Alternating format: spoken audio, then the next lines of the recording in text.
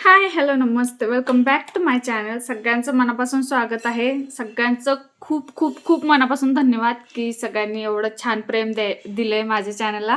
आपले 2000 subscriber complete झालेले आहेत. त्याबद्दल सगळ्यांचं मनापासून धन्यवाद. आणि त्याचसोबत आज आपण नवीन काहीतरी घेऊन आलेलो आहेत.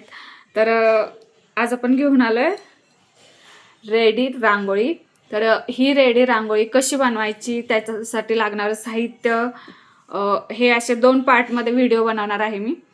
तर आजच्या पार्टमध्ये असणार आहे लागणारं साहित्य, काय काय रांगोळी बनवली आहे मी, हे मी दाखवणार आहे.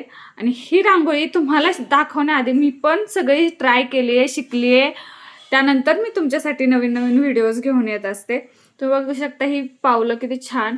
आणि रांगोळीमध्ये ठेवल्यानंतर असं खाली ठेवल्यानंतर असं वाटतच नाही की ही रांगोळी नाही आहे म्हणून. पूर्ण असं वाटतं की आपण रांगोळीच काढली आहे, इतकं सुंदर दिसतंय ते. तुम्ही बघू शकता. खूप छान. मी आता दाखवेनच नंतर. तर त्याच्यासाठी लागणारं साहित्य आणि त्याचसोबत पुन्हा एकदा सगळ्यांचं मनापासून धन्यवाद. चला तर मग व्हिडिओला सुरुवात करूया. बघू शकता ही अशा प्रकारचे काही रांगोळी मी इथे ट्राय केलेली आहे. हळदी कुंकू, नथ, पावलं, तिळगुळ घ्या गोड गोड बोला. तर इथे बघू शकता तुम्ही काही पॅचेस ट्राय केलेले आहेत मी.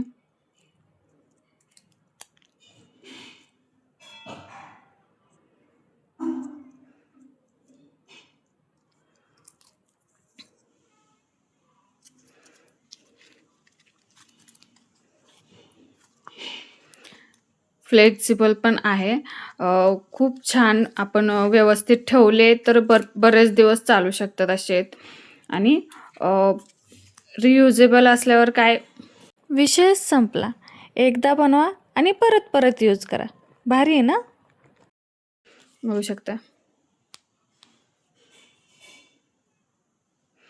खूप छान असे झालेत. त्याचसोबत थोडंसं वेगळं शेडिंग करून ट्राय केलेले हे.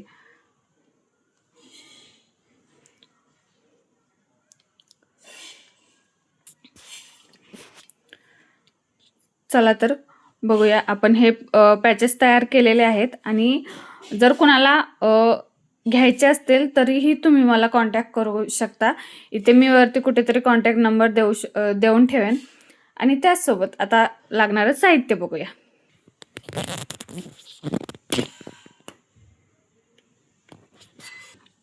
तर सगळ्यात पहिलं तर इथं आपल्याला रांगोळी लागणार आहे. रांगोळी पॅच आहेत म्हटल्यावर रांगोळी लागणारच. आणि त्याचसोबत मी ही अशा प्रकारची डबी घेतली आहे. तुम्ही बघू शकताय. ज्याला खाली असे होल्स असतात.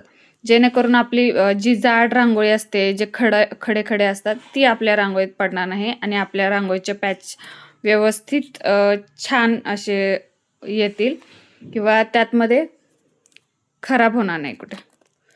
तर रांगोळी आणि अशी डबी असेल तर डबी, नाहीतर तुमच्याकडे डबी नसेल तर तुम्ही अशा प्रकारची चाळणी घेऊ शकताय. कलर चाळून घ्यायचेत आपल्याला.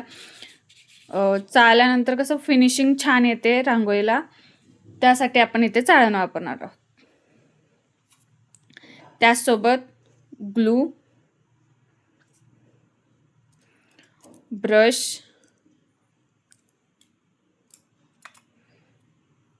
कटर किंवा कैची, दोन्हींपैकी काहीही घेऊ शकताय तुम्ही, जे तुम्हाला कम्फर्टेबल असेल. हे अशा प्रकारचा एक टेप घेतला मी. हे कलर्स घेतलेत, ॲक्रेलिक कलर्स आहेत हे. त्याचसोबत हे अशा प्रकारचे फेविक्रिल आउटलाईन 3D आउटलाइनर्स जे असतात ते घेतलेत. ते पण जास्त यूज होतात. हे कलर आणि हे आउटलाइनर्स. त्याचसोबत एक मार्कर पाहिजे चांगल्या क्वालिटीचा, तो आपल्याला लागणार आहे. आणि सगळ्यात महत्त्वाचा म्हणजे बेस ज्याच्यावर बनवणार आहे आपण, ती OHP शीट. ही OHP शीट मी ऑनलाईन मागवलेली आहे मिशोवरून. अशा प्रकारची येते, बघू शकताय तुम्ही. OHP शीट आणि त्याचसोबत स्टेन्सिल. अशा प्रकारे तुम्ही एखादा दुकानातून झेरॉक्स काढून आणू शकताय वेगवेगळ्या प्रकारचे, किंवा जर झेरॉक्स काढायला तुमच्याकडे नसेल तुम्हाला काढायची अशा प्रकारचे,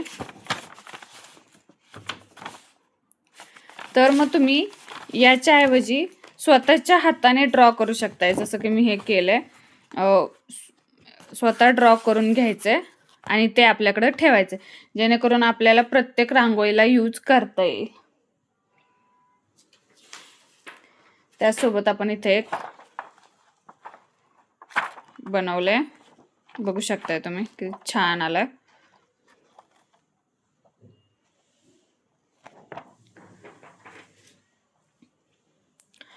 सगळ्यांना बऱ्याच जणांना प्रश्न पडलेले असतील, अनेक काय काय प्रश्न असतील ते मला कमेंटमध्ये विचारा. आपण नेक्स्ट व्हिडिओमध्ये पूर्ण रांगोळी कशी बनवायची हे बघणार आहे. तर प्लस शेडिंगसुद्धा कसं करायचं हेही बघणार आहोत. तर चॅनलला सबस्क्राईब करा आणि तुमच्या जे काही प्रश्न असतील ते मला कमेंटमध्ये कळवा. तुमचे जे काही प्रश्न असतील ते मला कमेंटमध्ये सांगा. मी प्रत्येक प्रश्नाचं उत्तर देण्याचा प्रयत्न करेन, किंवा नेक्स्ट व्हिडिओमध्ये मी प्रत्येक तुमच्या प्रश्नाचं उत्तर देण्याचा प्रयत्न करेन. So stay connected, stay tune for next video. Subscribe करायला विसरू नका. Bye bye.